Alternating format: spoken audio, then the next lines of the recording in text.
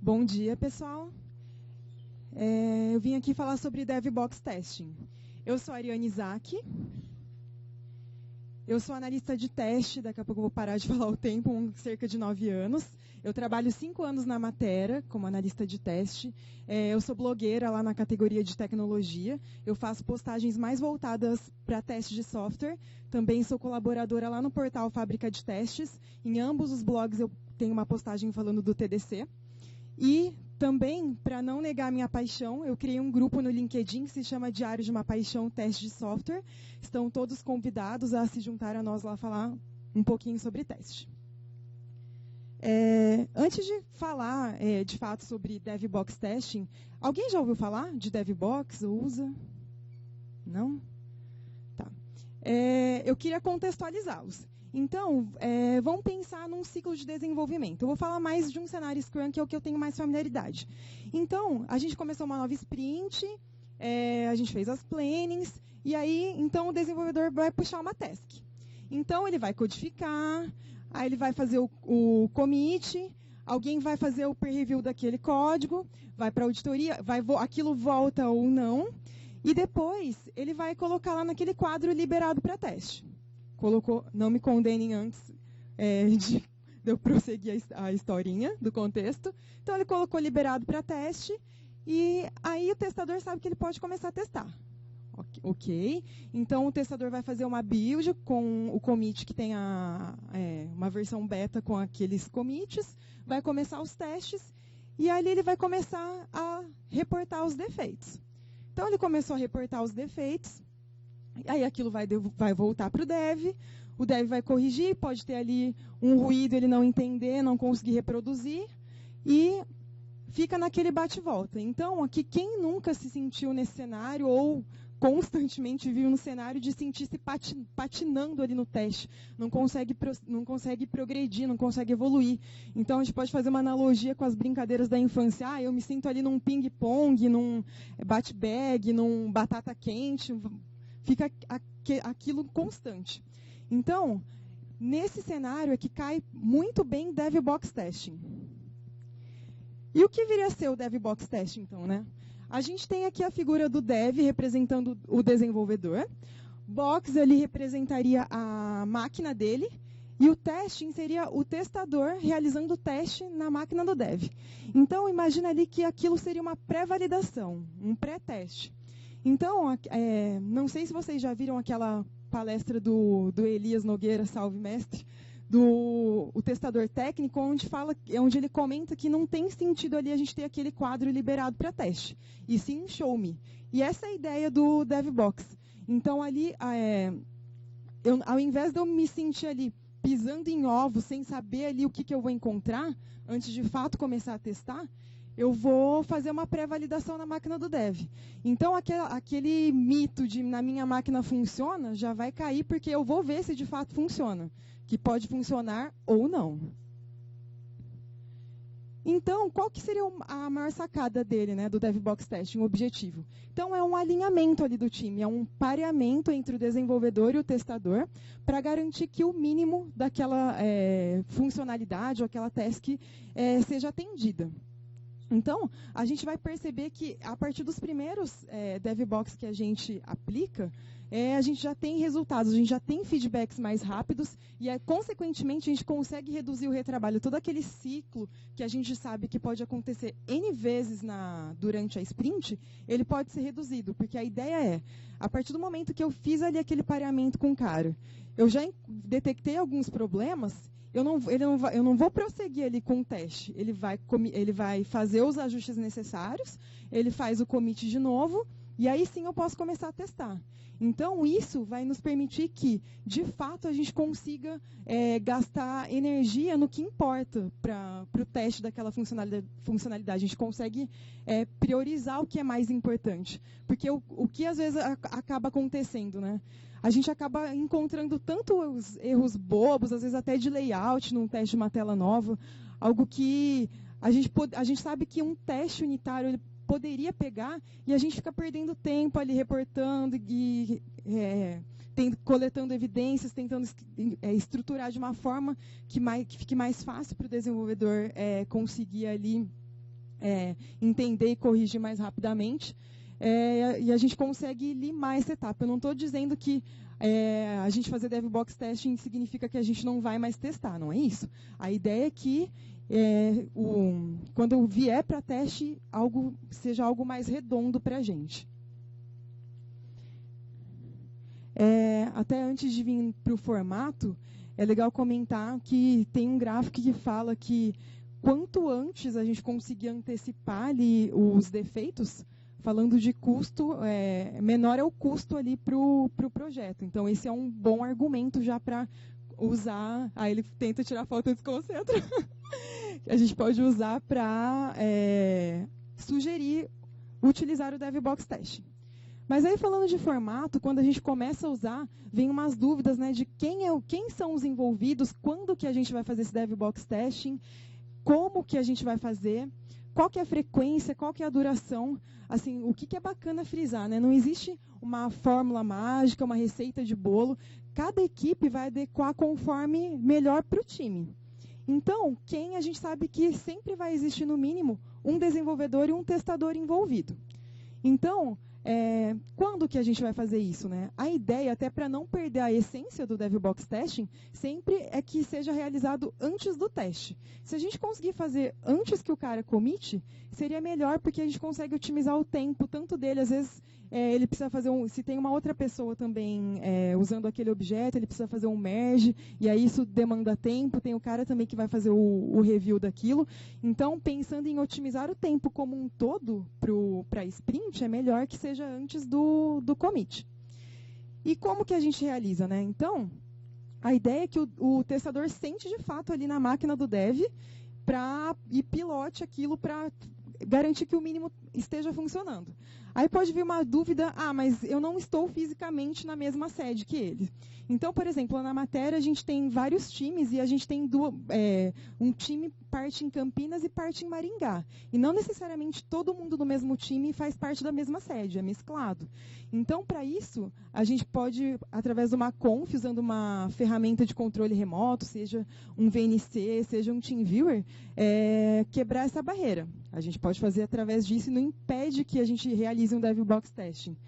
E qual seria a frequência? Então, a frequência, sempre que tiver algum commit, independente que seja no começo ou que seja depois que a gente reportou algum erro. Eu tenho um exemplo que, naquele momento, eu estava participando da equipe mais de atendimento ali na frente de correção de erros. E a gente sabe que quando a gente está ali em atendimento, é algo que a gente precisa ser veloz e geralmente é para ontem a correção. E era um problema em um detalhe ali em um serviço, e o desenvolvedor acertou e eu falei, não, vamos fazer um DevBox, independente que não seja ali na equipe change, né, na equipe que vai mexer na parte das sprints.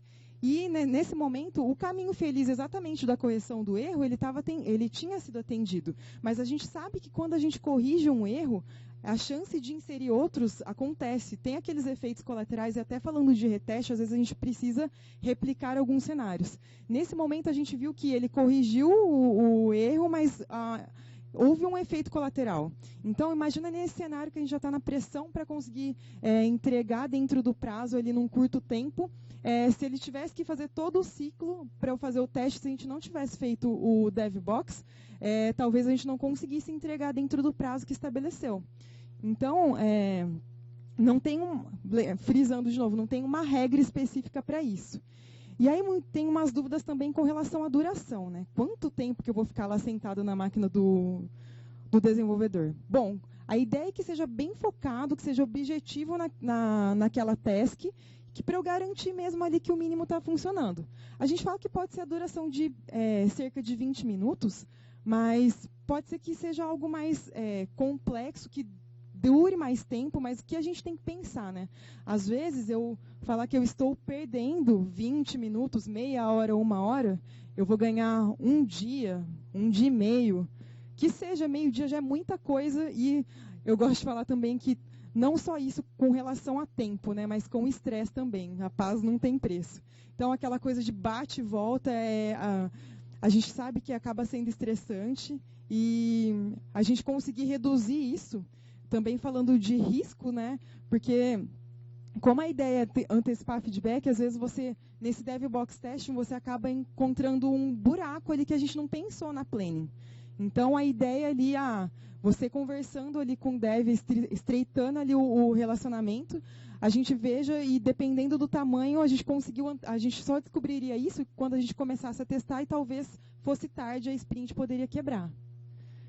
Então, é isso que a gente tem que focar, que não ficar preso tanto ao tempo. Por exemplo, aqui eu tenho tempo, a moça ali já balançou ali a plaquinha ali, cravado aquilo, não. No DevBox, a ideia ali é atender que o mínimo esteja funcionando, para a gente pensar que lá na frente a gente está ganhando. E aí eu gostaria de colocar alguns exemplos de aplicação do DevBox Testing. Então, eu vou colocar alguns cenários que provavelmente alguma vez na vida também todo mundo já passou. Então, digamos assim que a gente começou a sprint e na planning, até a planning está tudo bonito, né? Então, está todo mundo feliz, todo mundo sorrindo. E aí, o desenvolvedor pegou aquela task para começar a codificar, e aí ele viu que, aquilo que a gente combinou na planning não vai rolar, porque eu tenho uma implicação técnica ali em fazer aquilo, não consigo. Ou então ele fala, eu sou foda. Ai, não pode falar palavrão. Vai falar, não, eu sou o cara, eu sou bom, e eu achei uma forma mais fácil aqui de fazer e que atende mesmo o propósito. Só que isso ele vai, às vezes até ele conversa com o PO, mas, ele esqueceu ali do coitadinho do testador. E aonde que o testador vai descobrir? Só no meio do teste. E às vezes não é nenhuma fé, né, gente? A gente sabe que existem as deles para alinhar, mas a pessoa pode acabar esquecendo. E quando a gente for fazer o DevBox, como a gente vai conversar daquilo, é impossível que ele esqueça de comentar com você, porque você vai estar ali mexendo na máquina dele. Então, é uma forma de minimizar essas questões. E nesse momento também, a ideia também não é que a gente sente ali naquilo já babando, não quero pegar um monte de erro. Não, ali vamos deixar o teste para a hora do teste, vamos garantir ali que o mínimo está funcionando, mas vamos aproveitar esse tempo que a gente tem com o dev. Então, eu tenho toda a liberdade de expor para ele os cenários que eu estou pensando em testar. Então, eu listei lá X, Y, Z, e nesse momento ele pode falar assim, cara, esse X aí nem testa, porque ele está com código fresco, eu não tratei isso. Então, ali também, de novo, é meio repetitivo, mas a gente sempre acaba caindo ali naquela tecla de otimizar tempo. Então, vocês já conseguem combinar aquilo. Eu sei que eu não tratei agora, mas você consegue ir seguindo o teste com outro cenário, você não vai perder tempo, nem vai ficar estressado, nem descabelado ali, porque aquilo não está funcionando, que eu sei que ali eu preciso tratar. Vai focando nos outros. E da mesma forma, pode ser que você expôs o mínimo de cenário, só que como ele acabou de estar com o código fresco ali na cabeça, ele pode identificar que tem ali um if que você não está prevendo ali nos seus cenários. Então, ele vai falar para você, se você acrescentar tal coisa ali, talvez faça sentido. Então, isso vai agregando ali para a gente com relação à entrega e também, se a gente for pensar, com relação à cobertura do nosso teste. E aí vai, consequentemente, melhorando a qualidade. É legal também a gente contemplar a questão de... Pode ser que a gente aproveitar esse momento para ver alguns testes unitários do dev. Pode ser que ali algum cenário importante ele deixou de prever. Por exemplo, no exemplo que eu dei que aconteceu comigo, aquele cenário, porque o cara tinha rodado os testes automáticos na máquina dele e não ficaram verdes. Para ele já estava ali ok para a gente fazer o DevBox. E aí, como a gente achou que aquele ponto, ele falou, ele foi ver ali, realmente aquele cenário não está sendo coberto. Então, ele incluiu. Então, de novo, com relação à cobertura, a gente vai conseguir agregar, porque a gente vai estreitar o nosso relacionamento ali com o desenvolvedor. E aí, o que a gente pode perceber de benefícios, né, que a gente tem com essa prática?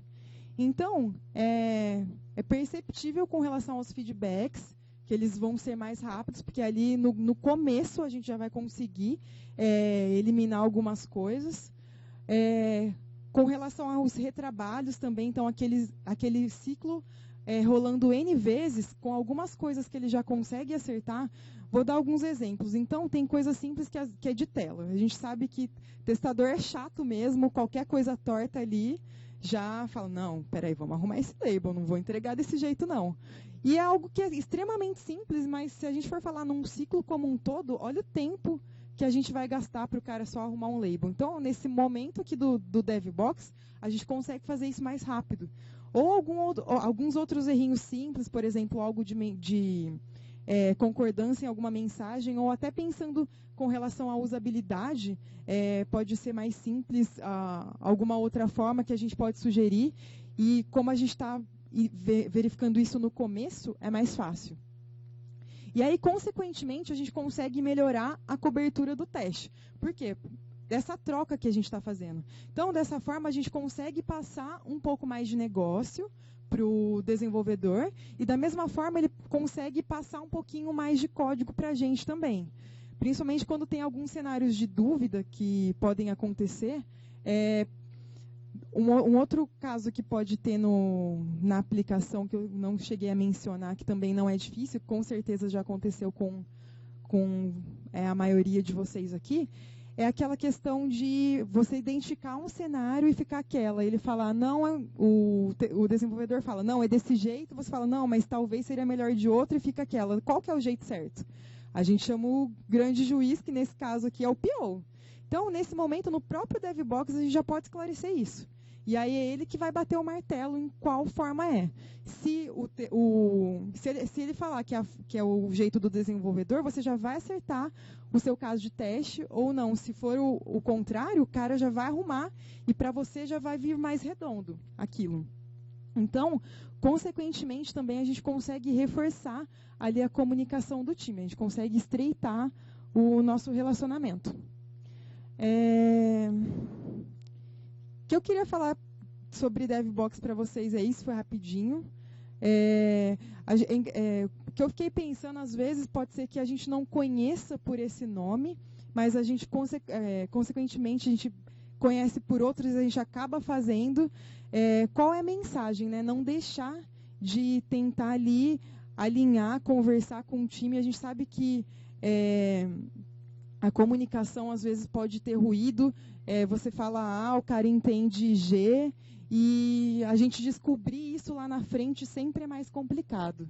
Então, quanto a gente conseguir ser mais claro e usar essa troca, trabalhando os dois em par, convergindo ali para o mesmo objetivo, que é entregas melhores e com melhor qualidade, é melhor para todo mundo. O time ganha com isso. E aqui estão os meus contatos. Estou aberta. Eu não vou conseguir ficar o evento todo, que eu tinha um compromisso já. Mas se vocês quiserem bater um papo, pode me procurar. Queria agradecer todo mundo que está aqui, o pessoal online também, ao Elias e o Júlio pela oportunidade de palestrar num TDC. E é isso.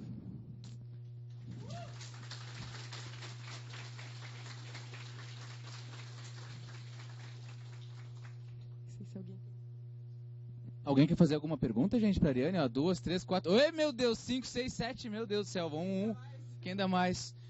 Só fala um pouquinho alto, que daí ela vai repetir a pergunta no microfone, tá? Porque a gente não tem microfone sem fio aqui. Daí ela responde, tá? Quem levantou a mão primeiro? Todo mundo, né?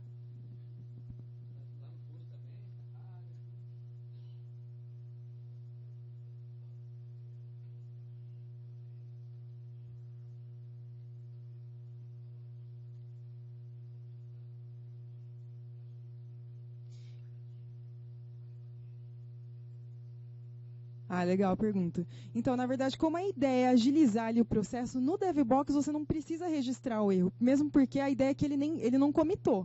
Então, imagina que é uma pré-validação.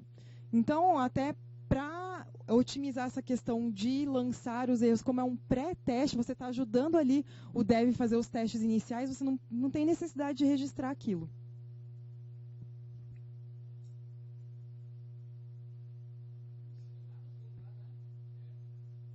Deixa eu ver. É que sou meio surda.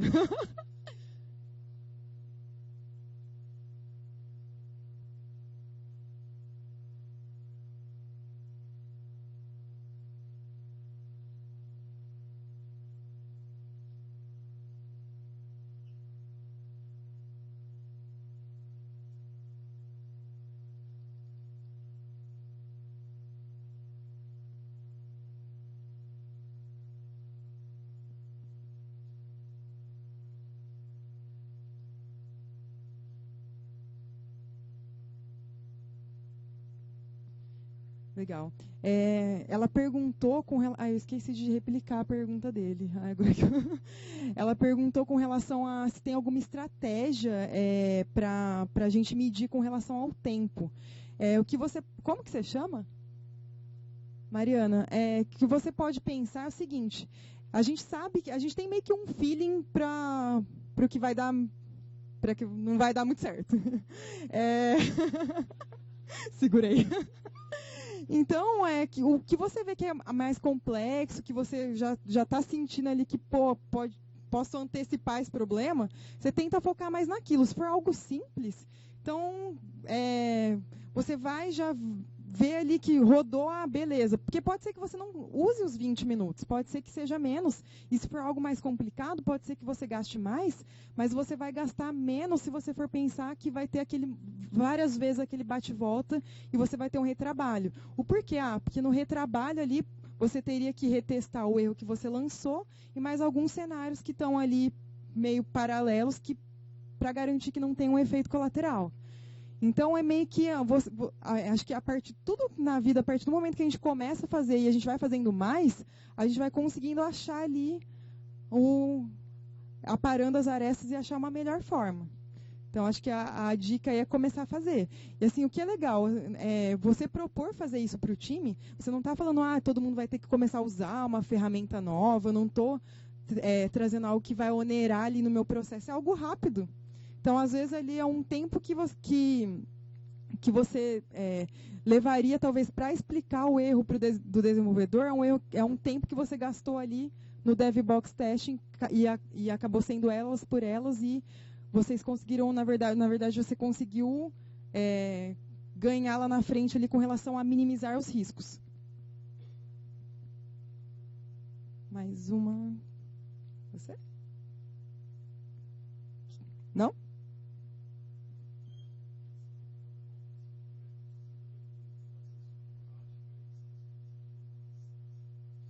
Na verdade, eles gostam também porque, se for parar para pensar, está otimizando o tempo dele. Porque ali, se você encontrou o erro na máquina dele e listou, às vezes se é simples, ele corrige na hora. Ou se você vai encontrando muitos detalhes, vocês vão anotando, ele vai e acerta. Então, até o bate-volta para o dev também não é legal. Porque acaba sendo estressante, a gente sabe que acaba sendo estressante para os dois lados. Então, ali com relação à resistência, a gente não encontrou, não. A gente viu ali que, na verdade, como a gente conseguiu perceber que a gente consegue ser mais parceiro dessa forma, consegue estreitar ali mais o nosso relacionamento, os dois lados gostaram.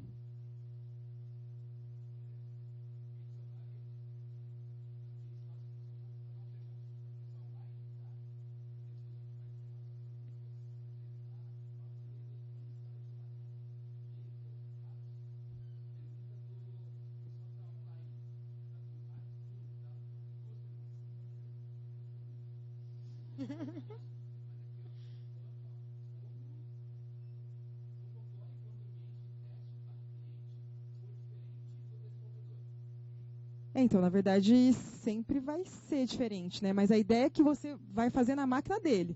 Então, aquilo da minha máquina funciona e na minha máquina funciona, já vai cair. Porque você vai ver funcionando. Então, você não vai subir um ambiente de teste na máquina do dev.